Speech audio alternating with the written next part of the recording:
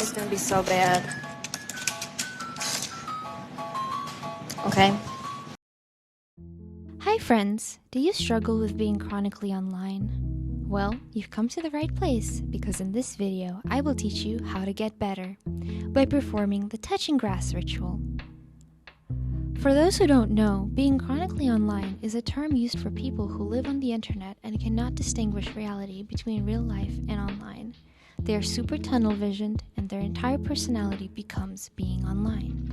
And believe me, I've been there. I know how hard it can be and how daunting it is.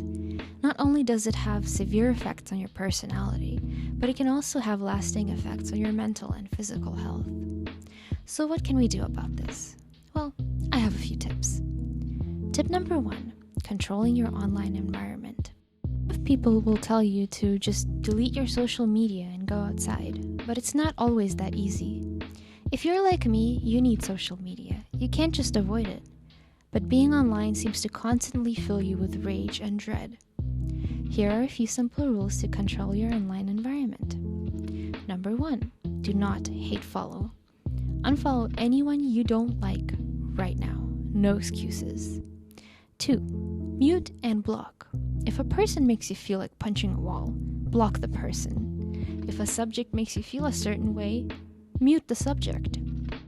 If you are on TikTok, YouTube, or any video algorithm-based platform, when the platform shows you something you don't like, do not interact with it. Do not watch it. Scroll, hide. Let the algorithm know you want to see less of that. 4, follow feel-good, happy, or funny accounts to give yourself a daily smile instead of the daily gloom. 5, if you are on Twitter, for the love of God, stay off the For You page. It exists to provoke you. Which leads to my next tip. Do not fall for provocation. You know the frustration you feel when some uncle on your family WhatsApp group posts a link to something outrageous? Well, what if I tell you that you fall for that too? When I was young, I learned a lot of rules on the internet, such as don't feed the trolls, don't believe everything you see online, Rule 34. Now, more than ever, it's extremely relevant. Gone are the innocent days of everyone having fun online. Now, most things are here to provoke you. News articles just want your clicks, internet personalities want you talking about them, people want you to get mad about topics important to them. Everyone is so hungry for hate, and it spreads like wildfire. When you see some extreme, wild story or opinion on the internet that just boils your blood and you just need to respond to it with stop. Take a deep breath. Acknowledge what I just told you. Most of the time, it's not that deep. Not everything needs your response, your support, or denouncement. Breathe. It's okay. Do not fall for provocation. That's what they want from you. And a good thing to also remember is that not everybody feels and thinks the same way on the internet.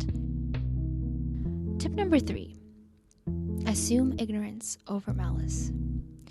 Aside from provocateurs and trolls that I've just talked about, most people on the internet are not malicious and just don't know any better. I know, shocking. But if you know this, it will prevent you from getting into any unnecessary arguments. Also, do know that it is not your job to educate anyone. What I like to do is remind myself that the person I'm about to get angry at is probably like 12. Remember when you were 12? What kind of stuff did you say on the internet? Okay, now you've muted and blocked everybody. You don't fall for everything you see on the internet, and you don't get into fights. But you still want to be informed. Also, when you do end up getting into an argument, you want to know what you're talking about, right?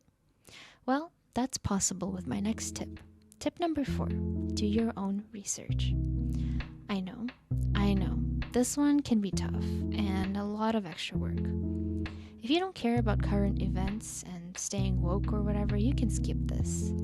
However, if you care about staying informed, but you also want the internet to be a safe space for you, this is the best thing you can do for yourself. Sometimes you'll stumble upon an article by like PETA or something that'll be like, people in Texas are burning their young on a stake. Ooh, and it will outrage you. How is nobody talking about this? Well, a 5-minute Google search will show you that people are not, in fact, burning their young at a stake in Texas. They're making barbecue. Sometimes, though, it is that deep. Sometimes the issue is complex and causes a rift in communities.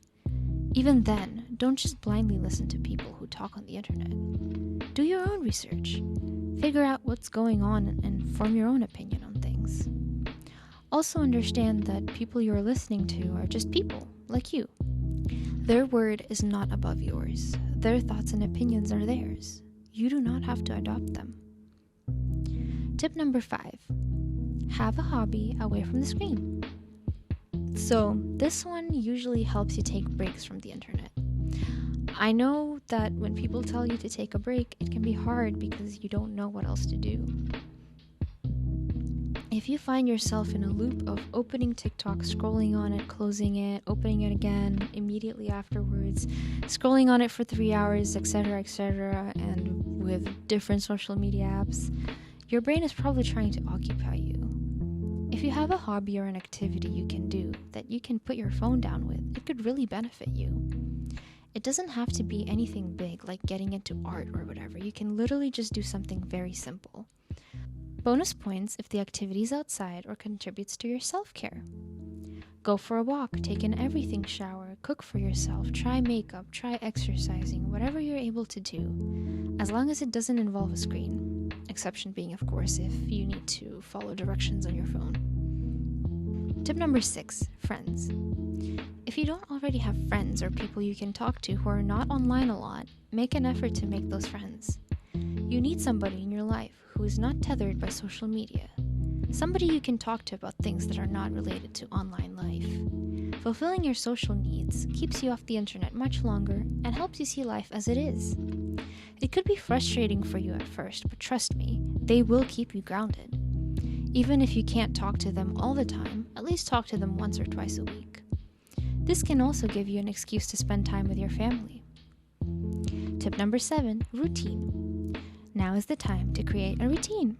It doesn't have to be something major, but sticking to a routine can help your brain break away from needing to be online. For example, once you wake up, instead of reaching for your phone, make sure to reach for a glass of water instead. Don't touch your phone until you're dressed, out of bed, teeth brushed, morning poop had, and water drunk. Then, pick a time in your day when you will put your phone down and do your hobby. Anywhere between 20 minutes to an hour to get you started. Pick a time in your day to call or hang out with the non-online person you chose. Obviously, this doesn't have to be a daily thing. It can be like a once a week or twice a month or whatever is comfortable to you. Pick a time in your day to go outside. Even if for 5 minutes, make sure to breathe some fresh air and consequently touch some grass. At night, before you go to bed, put your phone somewhere you can't reach. If you need to stimulate your brain before bedtime, do something that doesn't involve the internet, like exercise or read a book.